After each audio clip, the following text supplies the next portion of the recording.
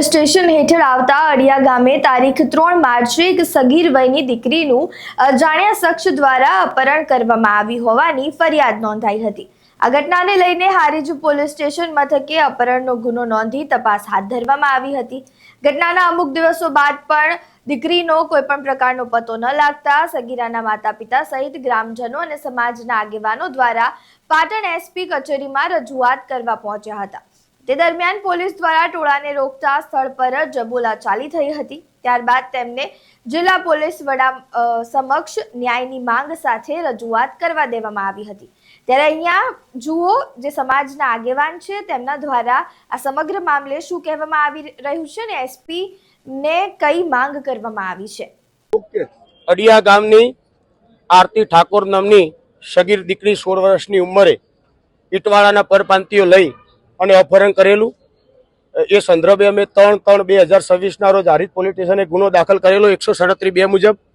પરંતુ આજે 17 દિવસ થઈ ગયા તેમ છતાં પણ એમાં કઈ પરિણામલક્ષી રિઝલ્ટ મળ્યું નથી। નહીં આરોપી પકડાયા કે નથી દીકરી પરત મળી। એ સંદર્ભે આજે અમે એસપી કચેરી આવેલા, પરંતુ દુઃખ સાથે કહેવું પડે કે ઇતિહાસની અંદર એસપી કચેરીના ઇતિહાસની અંદર પહેલા વહેલા અમને કેમ્પસમાં આવતા પ્રવેશતા અટકાવવામાં આવ્યા। શું અમે રોડ ઉપર રજૂઆત કરીશું? અને એસપી નામાં એટલી નૈતિક કિંમત હતી તો રોડ ઉપર અમારું આવેદનપત્ર લેવા આવવું હતું। લોકોનો અવાજ દબાવવા માટે અમને રોડ ઉપર બેસાડવાનો આજે પહેલા વહેલો પાટણના ઇતિહાસમાં પહેલા વહેલો આવો પ્રયત્ન કરવામાં આવ્યો। અને પાટણના શુક્લા સાહેબ પીએ સાહેબ દ્વારા અમને ધક્કા મૂકી અને અપમાનિત કરવામાં આવ્યા। આ પદ્ધતિ ચલવી ના લેવાય। પોલીસ અને સમાજ અને સામાજિક આગેવાનો એ રૂપિયાની બે બાજુ હોય છે, ત્યારે પોલીસ કઈ રીતના આવું વર્તન કરી શકે એ ખબર પડતી નથી। કોની ચમચાગીરી કરે છે એ પણ ખબર પડતી નથી। અને જો 2 દિવસમાં અમારી દીકરી હાજર હવે નહીં થાય, એલસીબી ને ઓથેન્ટિક તપાસ આપવામાં નહીં આવે તો સમગ્ર ગામ અને આખી આગતી પાકતીની પાંખોવા પણ અમે એસપી કચેરી અંદર ભૂખ હડતાલ પર બેસીશું। પોલીસને જે ગુના દાખલ કરવા એ કરે, અમે એક પણ ઇંચ પાછા હટવાના નથી।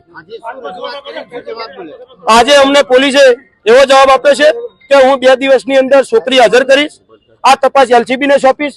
પરંતુ જો 2 દિવસ પછી આ નહીં થાય, કઈ પરિણામલક્ષી રિઝલ્ટ નહીં મળે તો અડિયા અને આગતી પાકતીના તમામ પાંખોવા ગામ અહીંયા એસપી કચેરી પર ભૂખ હડતાલ પર બેસે।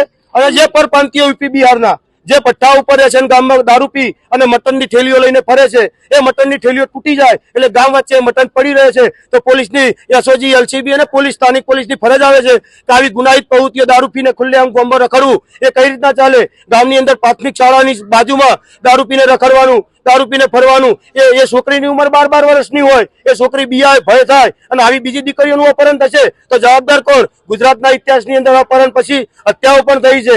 આ આરતી દીકરીની જો હત્યા થઈ તો એનું પરિણામ ભોગવવું પડશે અને 3 દિવસ પછી જો નહીં આવે તો અમે હાઈકોર્ટમાં હેબિયસ કોર્પસ દાખલ કરીશું। હવે માતા પિતાએ દીકરીને તાત્કાલિક શોધી લાવવા અને આરોપીની ધરપકડ કરવા માટે ઉગ્ર માંગ કરી છે। ત્યારે રાધનપુર ડીવાયએસપી પરેશ રેણુકા દ્વારા આ બાબતને ગંભીરતાથી લઈને આ તપાસની કામગીરીને વાયુ વેગે શરૂ કરવામાં આવી હતી। પોલીસની વિવિધ ટીમો દ્વારા ટેકનિકલ સોર્સ અને બાતમીદારોની મદદથી તપાસ ચાલુ જ હતી અને પરિવાર જ્યારે એસપી કચેરી માંગ કરવા જાય છે, જે તમે આગળ દ્રશ્યો જોયા, જે હોબાળો ચાલી રહ્યો હોય છે તે દરમિયાન જ પોલીસ દ્વારા અપહરણકાર અને સગીર યુવતીને રાજકોટથી પકડી લેવામાં આવે છે। આ સમગ્ર બાબતે રાધનપુર ડીવાયએસપી પરેશ રેણુકા શું કહી રહ્યા છે તે સાંભળો। હારીજ પોલીસ સ્ટેશન વિસ્તારના અડિયા ગામે એક સગીર વયની દીકરીનું એક વ્યક્તિ દ્વારા અપહરણ કરવામાં આવ્યું, જેના સંદર્ભે તારીખ 3 માર્ચ 2026 રોજ એક અપહરણ ઓફેન્સ રજીસ્ટર કરવામાં આવ્યો। આજ રોજ આજે સગીર વયની દીકરી છે એના માતા પિતા દ્વારા એસપી કચેરી એક રજૂઆત કરવામાં આવેલ કે તમે તાત્કાલિક અમારી દીકરીને શોધી લાવો અને આરોપીને પણ શોધી લાવો। એના અનુસંધાને આપણે જણાવવાનું કે આ જે આરોપી છે અને સગીર વયની દીકરી છે બંનેને પોલીસે શોધી લાવેલ છે અને એની આગળની કાયદેસરની કાર્યવાહી ચાલુ છે। આગળ શું પગલાં લેવામાં આવશે? હું આપને જણાવવા માંગીશ કે ભાઈ આ જે સગીર વયની દીકરી છે એનું અપહરણ થયેલું હોય, હવે આગળ એના નિવેદનના આધારે ભોગ બનનાર છે હોય પોક્સોની આગળની કલમ લગાડીને આગળની કાર્યવાહી કરવામાં આવશે। ડીવાયએસપી દ્વારા શું કહેવામાં આવ્યું તે તમે સાંભળ્યું। સગીરાનું અપહરણ થયું હોવાથી હવે તેની મેડિકલ તપાસ કરવામાં આવશે, નિવેદન લેવાની પ્રક્રિયા પણ હાથ ધરવામાં આવશે। આ કેસમાં કાયદેસરની કલમ ઉમેરીને આગળની કાર્યવાહી કરવામાં આવશે। હવે આ અપહરણને લઈને આગળ કયા બીજા ખુલાસાઓ થાય છે તે તો જોવાનું રહ્યું, પરંતુ તમારું આ સમગ્ર મામલે શું માનવું છે તે અમને કમેન્ટ બોક્સમાં જરૂરથી જણાવજો। વિડીયો પસંદ આવ્યો હોય તો લાઇક, શેર, કમેન્ટ કરો અને અમારી ચેનલને સબસ્ક્રાઇબ કરવાનું ભૂલતા નહીં। નમસ્કાર। આશિષ શાહ સાથે ચક્રવાત ન્યૂઝ, પાટણ.